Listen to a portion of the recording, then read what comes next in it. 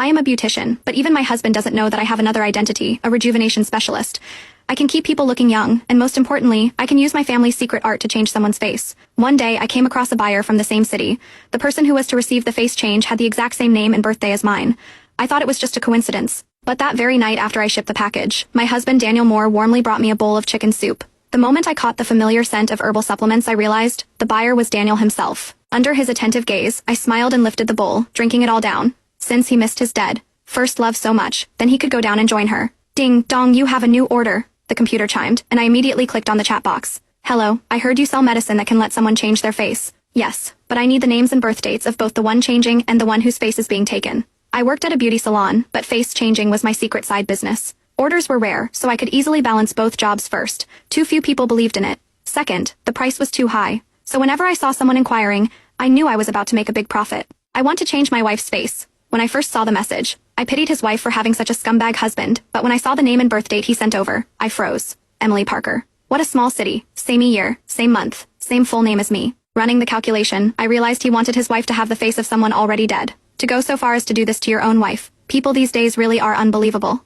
Muttering, I still took the order. Even though it was the same name, I never suspected Daniel. Because for years we had been deeply in love, raising our adorable son together, living happily. So it couldn't possibly be him. But I never imagined the person I trusted most would give me the heaviest blow. Once the medicine was ready, I shipped it as fast as I could. Honey, let's eat out tonight. I got a bonus this month. Daniel, wearing an apron, peeked out of the kitchen, then came toward me carrying a steaming bowl. Sweetheart, you're home. Try this. I've been simmering the chicken soup all afternoon. Before I could even take off my shoes, the bowl was already at my lips. As I leaned in, the familiar scent hit me hard. I dealt with this scent every day. It was exactly the face changing formula I had just shipped. Daniel had no idea that I was the one who made it, and I held back my shock, pretending not to notice. This soup smells a little different than usual, doesn't it? I asked deliberately. Daniel's face remained calm, full of tender affection. Yes, I added some restorative herbs. You work so hard for this family every day. I thought I'd help strengthen your body. He nudged the bowl closer again. When I hesitated, he sighed bitterly. For your career, I gave up my own future, and stayed home to care for the family. Now even the meals I cook don't mean anything to you. I'm worthless to this home. Seeing I could no longer refuse, I took a sip from beginning to end. Daniel's eyes never left me. When he saw me swallow, Daniel's joy was visible. Honey, I knew you still loved my cooking. I made all your favorites today. Tomorrow we'll eat out. Go wash up now. Dinner's ready. Watching him bustle around, I no longer felt the happiness I once did, only an icy chill. Dish after dish came to the table, and I realized it wasn't just the chicken soup. Nearly every plate was laced with the medicine. Finally, Daniel set down a single set of utensils in front of me, and sat across the table, watching me eat. Why only one set? Aren't you eating?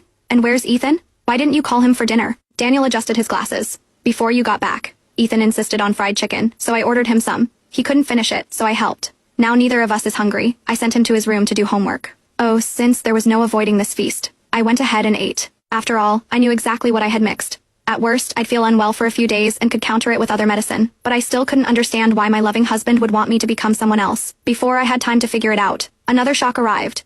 The next day, I got a call from my son's teacher. Are you Ethan Moore's mom? I'm Miss Johnson, his homeroom teacher. Do you have time to come to school? It was the first time Ethan's teacher had contacted me. Normally, everything about Ethan, especially schoolwork, was handled by Daniel. My first thought was that Ethan had caused trouble. Miss Johnson, did Ethan misbehave in school? No, nothing like that. There's just something I need to ask you about. Puzzled. I went anyway, compared to me, the workaholic mother. She usually spoke with Daniel. Usually my husband takes care of Ethan's matters, I explained. I know, but I still think I should talk to you in person. All right. I tidied up and drove to the school. In the office, Miss Johnson pulled out a notebook. Mrs. Parker, please take a look. This was an assignment from this week. A little embarrassed, I said. Did he skip the homework? Usually it's his dad who watches over him. I haven't been as involved. Please, just read it. I opened the notebook. In childish handwriting, it read, My mom is not my mom. Dad says soon I'll get to see my real mom. My blood ran cold, Miss Johnson said gently. I don't know if you and Ethan's father are having problems, but please try not to let adult matters affect the child. My mind went blank, flashing back to Daniel's strange behavior lately. I didn't think this was just a child's imagination. Thank you for noticing in time. I'll talk to Ethan when we get home. Sorry for troubling you. Back home, I said nothing. I went to Ethan's room, a place I rarely entered. And there, I found something shocking.